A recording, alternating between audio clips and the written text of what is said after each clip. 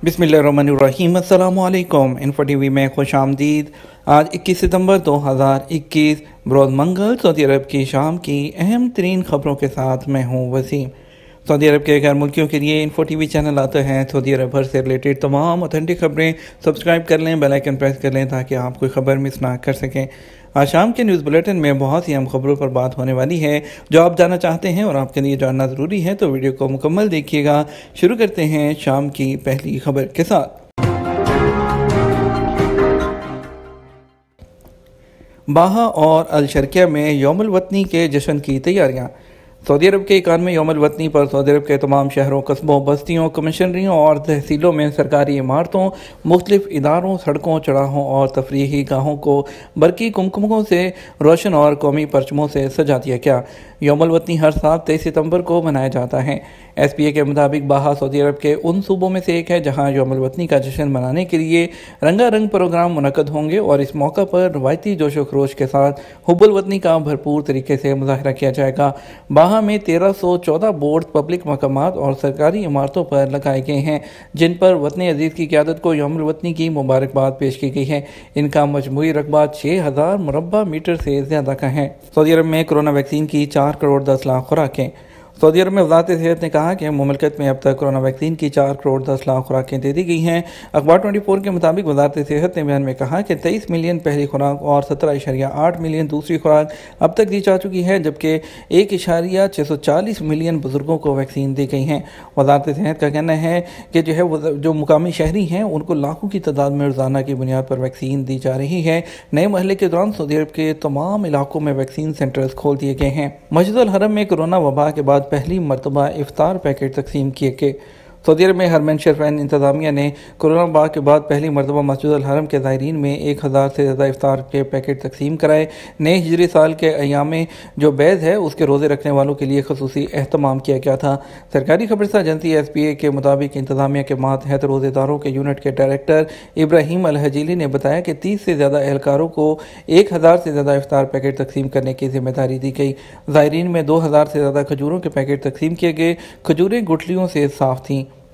Security एहलकार से बदकलामी पर Saudi खातून को 5 साल कैद की सज़ा।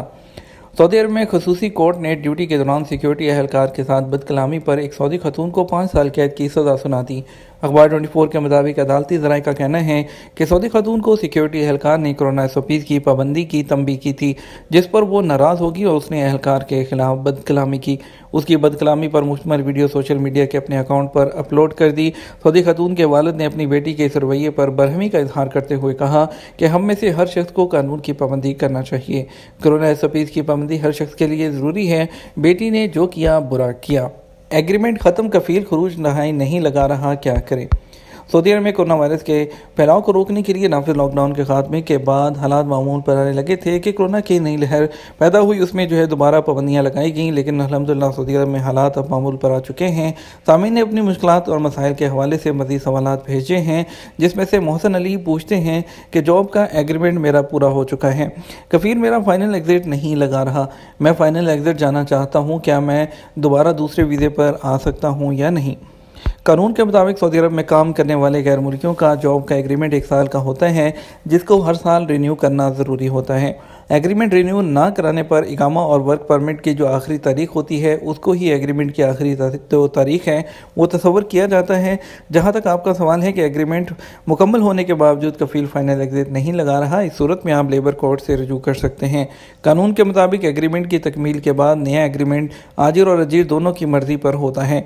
फ़रीक़ैन की मर्ज़ी के बगैर ज़बरदस्ती काम नहीं लिया जा सकता, इसलिए अगर आप मुस्तकिल तौर पर वतन वापस जाना चाहते हैं तो फ़ाइनल एग्ज़िट के लिए लेबर ऑफिस से रजू कर सकते हैं। ताहम इस बात का ख्याल रखें कि अगर कफील ने कोई ऐसी शर्त आपके एग्रीमेंट में लिखी थी जिसको आप पूरा करने के पाबंद थे तो आपको उसको पूरा करना चाहिए। अगर ऐसी कोई शर्त नहीं थी जिसकी सूरत में खरूज नहाई वीज़े पर जाने वाले दोबारा किसी भी वक्त अगर आप फ़ाइनल एग्ज़िट मिल जाता है तो आप कभी भी दोबारा आ सकते हैं।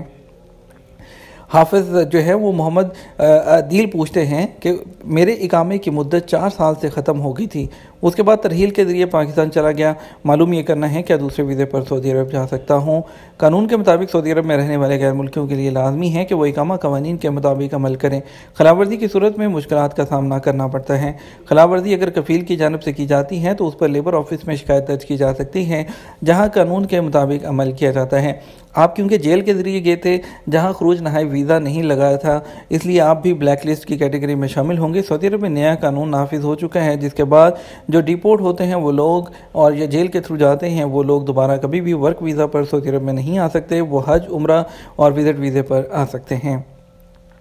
आजम खान जवाते पूछते हैं, मैं फैमिली ड्राइवर के वीज़े पर मुकीम हूँ, मेरा इकामा ख़त्म हो गया है, कफ़ील फ़ोन भी अटेंड नहीं करता, क्या कफ़ील की मर्ज़ी के बगैर नकल कफ़ाला करवा सकता हूँ। कानून के मुताबिक कफ़ील आपके ज़िम्मे आपके जो इकामा है उसकी तजदीद का ज़िम्मेदार है। इकामे की मुद्दत ख़त्म होने के 3 दिन बाद जुर्माना आयद हो जाता है। अगर दूसरे साल भी इकामा तजदीद ना कराया जाए तो डबल हो जाता है और तीसरी बार एग्ज़िट लगाया जाता है। आपका कहना है कि इकामा एक्सपायर है, इस सूरत में आप लेबर ऑफिस में जो है वो दरख्वास्त दे सकते हैं, जहां केस का जायज़ा लेने के बाद आपको नकल कफ़ाला की इजाज़त मिल सकती है।